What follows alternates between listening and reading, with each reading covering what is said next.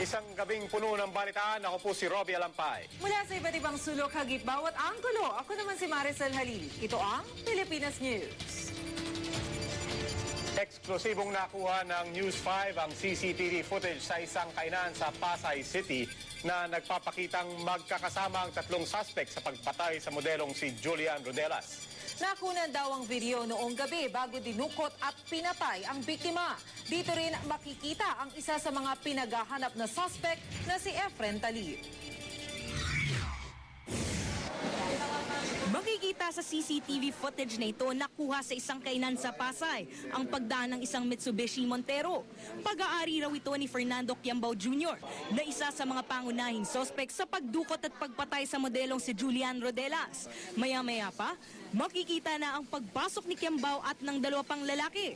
Ang isang si Efren Talib, ang isa pang suspect na pinaghahanap ngayon ng mga otoridad. Ang isang lalaki naman ay si Jaymar Waraji, ang suspect na handa raw tumestigo laban sa mga kasamahan.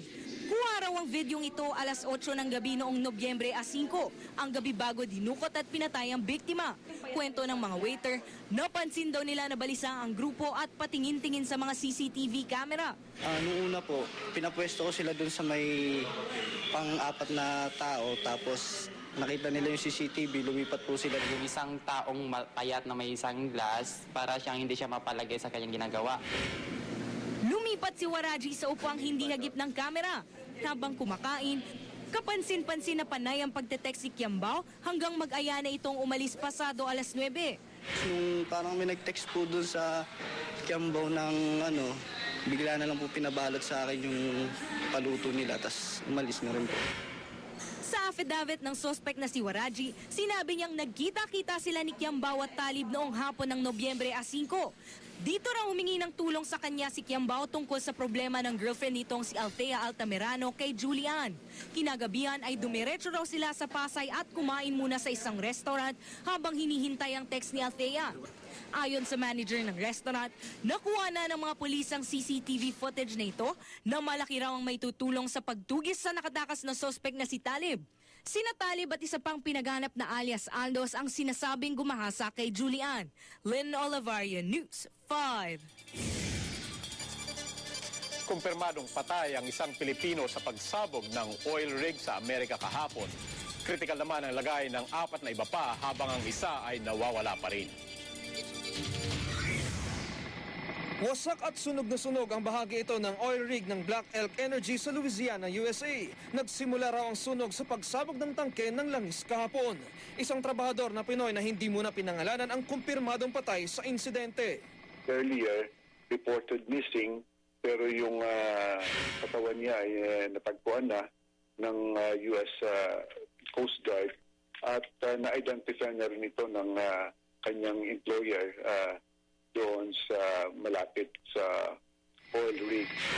Isa pang Pinoy ang nawawala habang 9 na iba pa ang sinugod sa isang ospital sa New Orleans para maipagamot. 4 sa kanila ang kritikal. Hindi muna pinangalanan ng embahada ang mga biktima. Mayroon ng mga pangalan pero hindi pa sinasabi ng ating embahada kasi hindi pa na-inform yung kanilang mga kamag-anak. Baka we are in the process of informing them, Base sa inisa na investigasyon, maling welding machine ang ginamit ng isa sa mga trabahador sa oil rig na naging sanhi ng pagsabog. The line that was cut was supposed to be cut with a cold cutting device, a non-sparking device.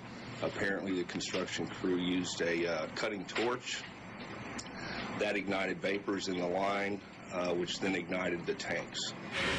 Pinapaasikaso na raw ni Ambassador Jose Cuiso Jr. sa welfare officer ng embahada ang manasaktang Pinoy. Sa tala ng Philippine Embassy, 162 ng mga Pinoy ang nagtatrabaho sa mga oil rig ng Black Elk Energy sa iba't ibang bahagi ng Gulf of Mexico. Nagkipag-ugnayan na raw ang agency na nagpadala sa mga Pinoy sa pamilya na namatay at nasaktan. James Beltran, News 5. Dalawang branch ng remittance company ang magkasunod na sinalakay ng mga hold-upper sa Las Piñas. Nakuna ng CCTV ang pagnanakaw pero hirap pa rin ng mga pulis na makilala ang mga suspect dahil malabo ang kuha.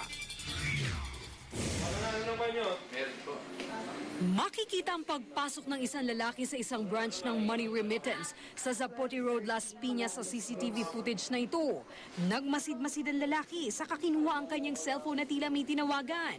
Ilang saglit pa, pumasok ang isa pang lalaki at pumosti sa may pintuan at nag-ala security guard. Nang magtangkang lumabas ang isang lalaking customer, agad niya itong hinarang. Dito na naglabas ng baril at nanutok ang unang lalaking pumasok sa establishmento. Isa-isang kinuha ng dalawang hold-upper ang mga wallet, bag at cellphone ng mga customer. Maya-maya pa ay pinatayo ang mga customer at pinapunta sa CR. Agad itinago ng mga hold-upper ang baril sa katumakas sakay na nakaabang na motorsiklo. 3 minuto lang tumagal ang insidente, pero ang natangay ng mga hold-upper nasa halos 16,000 piso. Pulot ako, may humawak na sa kamay ko, tapos sabi, akin na yung wallet mo. Tapos yung cellphone po una nilang hinanap. Akin na yung cellphone mo, tapos dinukot niya po yung, alam niya may bulsa kasi ko, dinukot niya yung wallet.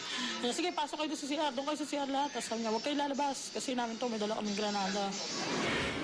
Makalipas ang 15 minuto, isa pang branch ng nasabing remittance company na ilang kilometro lang ang layo ang hinolda. 3 rin ang suspect at tinatayang aabot sa 34,000 pesos ang nakulimbat mula sa mga customer. Isang grupo lang to. Isang grupo lang ito. Naghati lang siguro itong dalawang grupo na ito. Ang problema ng mga pulis, hindi naman mamukha ng mga suspect dahil malabo ang kuha ng CCTV. Marian Alvier, News 5. Sa iba pang balita, 7 sundalo ang patay habang 8 ang sugatan sa pananambang ng New People's Army sa barangay Magbayad, Etsage, Isabela kahapon. Binasbasa ng mga napatay na sundalo bago sila ibinigay sa kanilang pamilya. Ang biyena ng isa sa mga napatay umapila sa NPA na tigilan na ang bakbakan. Masyado na raw maraming namamatay at pamilyang nagluluksa dahil sa mga karahasan. Idinaan sa pagtakbo ng mga UP student ang paggunita sa nalalapit na anibersaryo ng Maguindanao Massacre. Karamihan sa 58 biktima ay mga miyembro ng media, kaya ilalaan ang malilikom na pondo sa pag-aaral ng mga anak ng napatay na mamamahayag. Kasabay nito, binatikos ng mga estudyante ang pagbawal ng Korte Suprema sa live coverage ng paglilitis sa kaso. Pasadahan naman natin ang mga balita sa internet. Unahin na natin itong asong lumpo, pero nakakatakbo. Paralisado ang likurang binti ng bulldog na si Billy mula nang ipanganak siya. Pero kamakailan ay nabigyan na siya ng binting digulong. Gawa ito ng isang kumpanya sa Germany na tumutulong sa mga hayop na may sakit. Gusto naman ng magkapatid na ito na mag-alaga ng pusa. Pero ang kondisyon ng kanilang daddy, dapat makakuha sila ng 1,000 likes sa Facebook. Higit pa sa target ang nakuha ng mga bata dahil meron na silang 100,000 likes. No choice tuloy ang kanilang ama kundi tuparin ang pangako. Pumang-apat naman ang Metro Manila sa listahan ng mga pinakamagandang pasyalan sa Asia. Highlight dito ang Intramuros na siksik sa kasaysayan. Magmula pa noong panahon ng mga Kastila. Nanguna na sa listahan ang Jakarta sa Indonesia, Kathmandu, Nepal at Kolkata, India. Susunod, riot sumiklab daw sa pagitan ng mga preso at jail guard ng Marikina City Jail dahil sa pambabastos umano ng isang dalaw. Isang preso ang patay. Mahigit 5 milyong pamilya sa Pilipinas, wala raw maayos na palikuran. Lalaki sa Amerika, aksidenteng naibigay sa charity ang kanyang sapatos na may nakaipit na mahigit $3,000. At mga single sa Amerika, idinadaan sa pag-amoy ng damit ang paghahanap sa kanilang perfect mate. Abangan yan sa pagbabalik ng Pilipinas News.